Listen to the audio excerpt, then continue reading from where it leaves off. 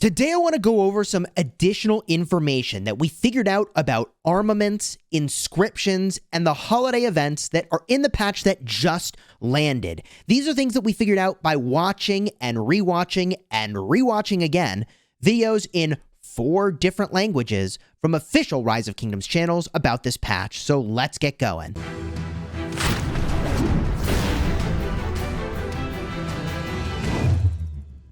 Hello my friends and welcome back. I'm Chisgule Gaming, and in my hurry last night to get out a video, which happened at 3 a.m. for me, about all of the things that were in these videos in official Rise of Kingdoms channels, in Portuguese, I think Vietnamese, Russian, and in English, I realized there's a bunch of additional things I had not yet shared. So in this video, I'm going to go over additional information about armaments and inscriptions specifically, giving you a ton of examples. And if you haven't already subscribed to the channel, consider doing so. I drop news and information as soon as it's available and as soon as we've got a chance to actually figure out how all these different pieces fit together. Now, one thing that we know is in the holiday event series coming up very shortly is that there's going to be the Esmeralda's Prayer. And it looks like Esmeralda's Prayer is going to have a city theme. So there are 2 epic city themes, different ones in the upcoming events. This one looks like it gives you 5% cavalry defense at the cost of 5% archer health, which I don't exactly love. And if you've forgotten what Esmeralda's Prayer looks like or you're newer to the game, here it is. And one thing that the developers changed that I really like about Esmeralda's Prayer is that there are tiered rewards, and there are a bunch of universal legendary commander sculptures if you spin this thing to 100, and I'm pretty sure you can either get all of the prayer coins you need or probably close to it to get the city theme if you really wanted. Plus there's an option to gem, and I'll cover that in just a minute. There's an event series that goes on that is going to give you some of these Esmeralda Prayer coins, and there's different quests that you do to get a currency that looks way too much like the Esmeralda's Prayer coin. These are basically quest credits that you'll see go up to 100 up top. So you get 2 coins, 4 coins, 6 coins, and then 8 coins, and I don't know what's in the 100 spot here for what those rewards are. So these are going to be ongoing quests like we've seen before, and also you can get some of these coins from the Ceroli Assault, an event that you're going to want to start as soon as it lands in game, because there is a currency that refreshes very, very slowly. You need it to actually pay to sort of enter into this event. And also from the Race Against Time, there's another, I think, 6 or 7 of these Esmeralda Prayer coins that you'll be able to pick up. So there is going to be a bunch of ways to get these Esmeralda Prayer coins. But let's talk about the armaments, the reason you probably clicked into this video. And there's something very important I realized as I looked more and more at screenshots of different armaments, which, as a refresher, if you missed my other video, there are going to be 7 different formations. And each formation you equip to a commander. You can have a formation on many commanders, presumably. And the commander will get the benefit of the formation and up to 4 armaments you can attach to the formation. Now, the thing that's kind of interesting about that is I've noticed that it looks like there's sort of this book slot in the upper left. There's the musical instrument slot in the upper right. In the bottom left, there's a sort of crest slot, and then there's some sort of like insignia slot in the bottom right. I'm sort of butchering what they're probably actually called, but I mention this because every single formation seems to have a sort of formulaic thing. You have 1 slot for books, 1 slot for these horns, and so on. So it looks like there may be a little bit more rails than there is flexibility for how this gets set up. That's the thing that I started to take away from it. What I also wanted to do is show you some examples of what some of these inscriptions do, more examples of it, because it is very interesting the range of these stats. Up to this point in Rise of Kingdoms, we only had 0.5% of stats as a denomination. If you didn't have 1%, you could have 1.5%, right? But now it looks like they're going to 0.1%. So this particular item, it has the red sword here. So this is 1.6% infantry attack. This is 1.5% archer health, and that's blue, so that's 1.2% archer defense. Now, what's interesting about this particular item is the rarity is epic. I wonder if, like, higher rarity has higher ranges, and I wonder if the randomness for these items is the types of stats that you can get or simply the value of these stats. So you get this same item twice, but one of them has slightly more stats than the previous one that you've gotten, or slightly less stats. It could be that that's how that works. Here's another item over here, and for this one, I actually want to go to the translator, because this is not quite as simple, because they don't have a sort of colored weapon here to sort of signify what the buff is. So let's get a closer look. So this one's a little bit different. It looks like there's maybe a 3% rate of rage restoration here, and the next one is demand damage reduction. That might be all damage taken reduction, or maybe that's damage taken by a specific troop type. And this was archer attack of 1.5%. So this gives you a little bit more of a sense of kind of what these things can do. Here's one that we were looking at that gives 1.8% infantry defense, 1.5% infantry attack, and I think this might be health, 1.2% strength. I'm not sure what they mean by strength there. If we look at the original picture, we probably could figure it out based on the coloring. Here's another interesting one. This gives you movement speed of your siege, and then army defense for your siege, and then archer attack.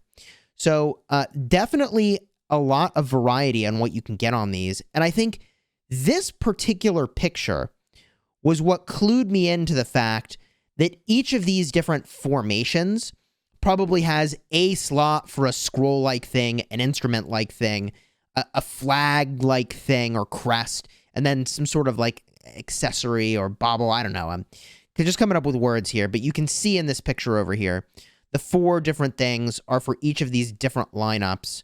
And I think this is showing you up top, covered by the Rise of Kingdoms logo, there's actually 3 different rarities that they'll show for each of these formations. So this is the legendary tier, there's an epic tier, and then the blue tier hides behind that. And I think I've got the picture here of the epic tier.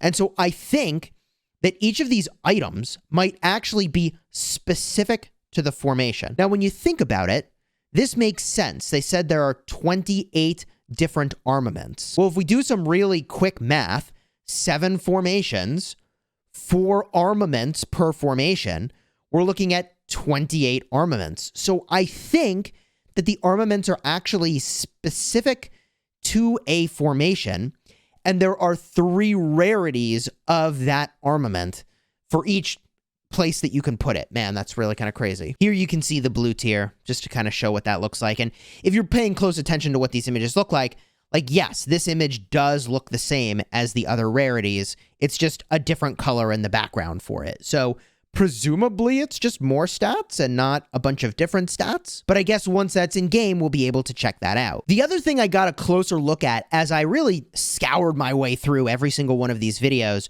was getting every single picture of every single inscription that I could get my hands on. So here is an inscription that it looks like you have to trade in for. And it's funny, they have often and high class. So some of these are rare and some of these are more frequent in how you get them. I don't know if that translation is particularly good. But this increases the army's resistance to normal attack damage. So decrease normal attack damage by 3.5%. And troops are 8% more skill damage for 3 attacks after reaching 80% rage. Maybe that's for 3 seconds and a cooldown of 5 seconds. So when you get to 80% rage, your skill damage is boosted by 8% for 3 seconds. I mean, that's kind of cool too. So these are very powerful effects. And only after we really get a look at them in depth are we going to be able to see exactly how much we can customize the way March works here.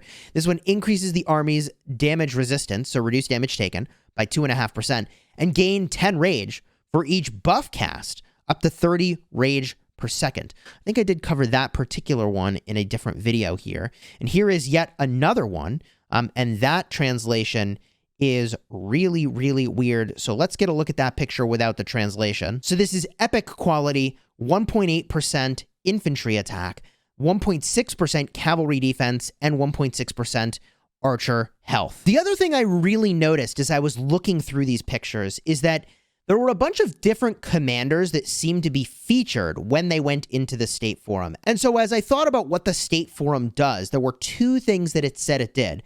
One is that you can dispatch commanders on quests. Well, that's not what we're looking at. And there were up to 8 quests you could do a day. But the other thing it pointed out is that you got some number of chances, up to 20 chances.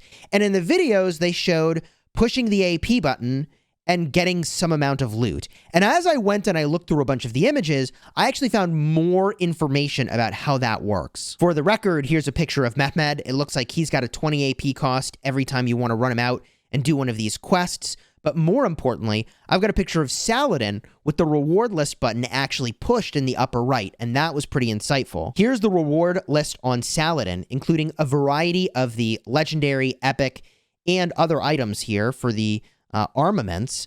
And also, he tapped on one of these. Well, looks like that's just some flavor text on there, or I can't make heads or tails of it. But this was pretty important.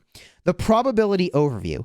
2% chance of legendary armaments, a 7.5% chance of epic armaments, a 35.3% chance of elite armaments, 36% chance of resource tokens, a 10, almost 11% chance on speed ups, and an 8% chance to get the items that you actually need to upgrade your state forum. If you missed it in my other video, I'll have a card up in the top, and I'll remind you at the end that the State Forum is a very important building that is going to require something like Books of the Covenant, but probably not quite as many of them, to go and upgrade so that you can run more commanders on these quests. So every time you smash the button, I think, you have maybe a 2% chance for a legendary. So you run this 10 times a day, that would be a 20% chance of a legendary.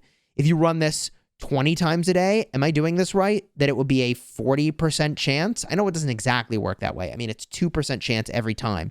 But you could get a lot of stuff every single day. Theoretically, the velocity is pretty high on this once you get your state forum to the max level. Now, I don't know if the probabilities are different by commander.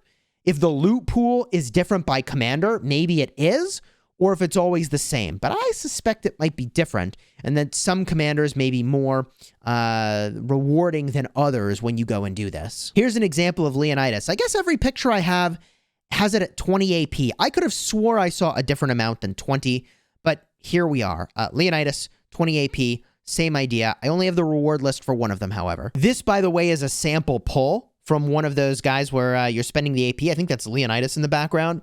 So this particular item's not very exciting. It's blue rarity, gives a gold collection speed of 4%, troop charge of 4%. That might be all troop attack of 4%. That's actually really good. That can't be right. I wonder what troop charge is. That can't be a correct translation. And then cavalry health of 1.5%.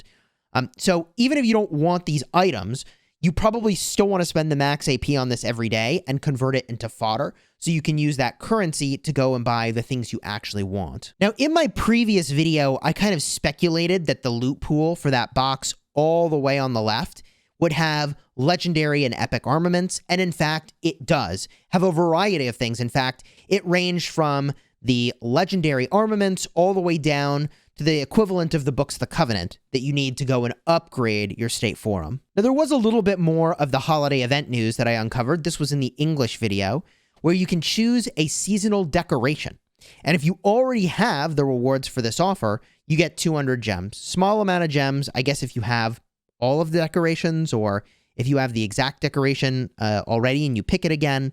You may not be able to pick a decoration you already own for what it's worth. And then the Halloween city theme, which I think does look pretty damn cool, is 5% archer defense at the cost of 5% infantry health. Well, generally, you don't want to be getting rid of your health, so this is probably not a city theme I would pick for combat purposes, but, I mean, it does look cool. I'm on board for that. Here's a closer look, by the way. I like how they named their account Happy Halloween. Good use of a count rename scroll there. Here, by the way, is another example of a armament pulled from just using a little bit of AP in your state forum. And this particular one gives 1.3 archer attack, 1.1% cavalry defense, and all damage boost of 0.55%. All damage boost is actually pretty spicy. Like, some of these things could be really, really strong. And even though you can't see the whole armament, I wanted to put just a couple of these on screen because in the English video, they did flash through some of these, and you can see the percent goes all the way up to 3%. I haven't seen anything higher than 3%. Oh, just kidding. Okay, there's 3.4%. Okay. So, yeah, the stat range on this could be as high as 3.4%, presumably 3.5%. Here's one that I really wanted to show you because it's got troop load and also barbarian damage. The other thing I wanted to show you, this says Emblem of the North, and this also says Emblem of the North. So we have two emblems here that go in this specific slot, and look at this. They have random stats. Guys, I think that these armaments have completely random stats. I think that they do, and their values vary. So I feel like you really are going to want to have like an all-in play for each formation to go in on one troop type, but to get that to actually happen, it's just going to take a very, very long time to get all your stats to line up that way. I mean, look, this is a collection game. Like, let's be real. If you wanted like a pure skill game, you'd look at something like StarCraft or equivalent, right? Like the reason you play Rise of Kingdoms in part is because of collection. So they definitely are giving us a lot to collect here. I actually don't, look, I don't know how I feel like about this exactly, but I do generally like customization. It does feel like there's just like a huge amount of lottery for what you're getting here, if I'm understanding this correctly, right? So this item is committed to the arch formation, and I don't think that's because it has an inscription. It doesn't have an inscription yet. So it's not like it got an inscription that made it attached to that formation. I think it just, that particular Emblem of the North is always attached to the arch formation, and then the stats seem to be random. So these actually were some pretty important insights that we're pulling here. Troop load of 4.8% on that particular item, cavalry health and cavalry defense on the Chronicles of the Dragon and the V formation, that echelon formation, which does look really dope, by the way. Troop load and damage to barbarians. Here, oh, better picture of that. It's also got 1.7% archer attack. Okay. And then a few inscriptions to give you a sense of what these can do. Increase troop skill damage by 1.5%. Here is another one. Increase troop skill damage by 1.5%. Legendary scroll increases troop damage dealt. All damage dealt by 1%. Yeah, that is definitely legendary. Okay, very powerful. This is Epic Instrument. Oh, Instrument. Interesting. So one of those slots is an instrument. I did get that right. Increases troop defense by 2.5%. Was there another? Oh, so I was right. There's an emblem slot. There's a flag slot. There's a scroll slot. It's literally called scroll. It looked like a scroll and it's called a scroll. And okay. All right. And then there's the instrument slot. All right. We're figuring this out, chat. And some of this we're figuring out as we go. Okay. This is what a choice chest looks like. Now, the way that the choice chest works is you pick what formation you want it for. And then there's a chance that it's legendary or it's an epic or it's an elite armament for that formation. All right, good information. Here's another one, Chronicles of the Dragon. All right, and then just to give you a sense of some of the additional inscriptions here, Spirited, troops deal 5% increased damage of all types over 70% rage. So when you're high rage, this is actually really cool if you were to get silenced, I suppose. Right? That gets like really powerful. Okay. And then they switched it up to brutal. Troop attack of 3.5% for all troop types. Is pretty cool. Here is that picture I was promising you earlier where I was showing how many spins it would take to get the city theme. It's 35 spins to get the Halloween city theme, which I actually don't think you particularly need other than for cosmetic purposes. And this first reward here is a Halloween cosmetic, I believe. Now, if you go all the way to 100, okay, this is spending territory. 15 legendary commander sculptures. Let me tell you, I will almost certainly spin this wheel for the legendary commander sculptures, and I feel like the value is going to be there. You also get 10 legendary choice chests and for the chest piece, and then also 10 other legendary commander sculptures for getting, I think it was to 45 spins on this thing. And you can spend gems. It looks like it's 450 gems a spin. Okay, so you'll have to do some math depending on how far you get to see if it's worth some additional spins. And it probably is for that 50% off. But once you get up to like the 900 gems a pop, that still could be worth it, but it's certainly now in the realm of being pricey. And you can only do that 30 times, so you can't actually gem your way all the way through this. And I do not think that refreshes every single day, if I'm remembering correctly. One other thing I found in this particular version, this was the Russian video, is that you get 4 of these crests in the Ceroli, what is it, the Bejeweled chest. So I think you can go through 3 Bejeweled chests, if I'm not mistaken, which means you can get 12 spins on the Soroli wheel from this as well. I really think you're going to get pretty far, like city theme levels of depth into the Esmeralda's Prayer, and maybe gems take you to the next tier, but I don't want to promise because I'm not completely confident. And I also wanted to show that when you set up a ranged tower, you do have to put like a template on the ground, and it looks like it might be able to overlap with your march, but I don't think it can obviously overlap with like barbed forts or other terrain that's on the map. And the other thing I noticed is that it's a 10-second warm-up period for entering into the tower mode, but I think originally I incorrectly said that it was a instant disembark from the sort of ranged attack mode. I think there's actually a 5-second disembark, but once you do disembark from ranged attack mode, you instantly use your active skills. So that did seem to be true. You are accumulating rage as you go, which is really valuable. And you also, when you enter into this mode again, you do counterattack, but I do not think you normal attack against an enemy. So that kind of makes sense that you're still doing counterattack damage. Unfortunately, not doing normal attack damage, but you are gaining rage as you go because they're hitting you. So I guess that's nice. Here's another armament here. It's 4.2% damage to barbarians, 3.8% troop load, and 2% archer attack. Now I want to show you a few of these inscriptions, though. In the Russian version, they're very thorough, typically. They click on all the things. So this is for this particular slot. It's the scroll slot for whatever formation this is for. And this is Steel Wall. Damage to troops from normal attacks is decreased. So the damage you take from normal attacks is decreased by 1.5%. All right, that's pretty reasonable. This scroll makes it so that when you use an active skill, unit takes 5% less damage. Ooh, that's really good. 5% less damage from all sources for 3 seconds. Cooldown of 5 seconds. That's really good. That's actually really good. Because like if you've got a fast skill cycle, that could be pretty awesome. Troops in ranged combat mode. With a 10% chance to deal current targets additional skill damage, ranged, multiplier of 200. Damage only slightly hurts squads, GG. So, you can do some extra damage factor, but only slightly wound troops with this one. All right. What else we got here? Increases troop damage dealt to N period to barbarians. Oh, okay. Damage dealt to barbarians, 7.5%. I mean, we don't really need damage to barbarians right now, so I don't know how relevant that really is. All troop attack of 3.5%. Then this other inscription does attacking with skills. I guess maybe after using an active skill, troops have a 30% chance to deal direct damage to the target. Damage factor 100. Ooh. I mean, these sorts of things are very cool. I'm actually really eager to see every single one of these and the sort of customizations that you can do. Increases troop damage dealt to, barbarians, 5%, maybe not as exciting.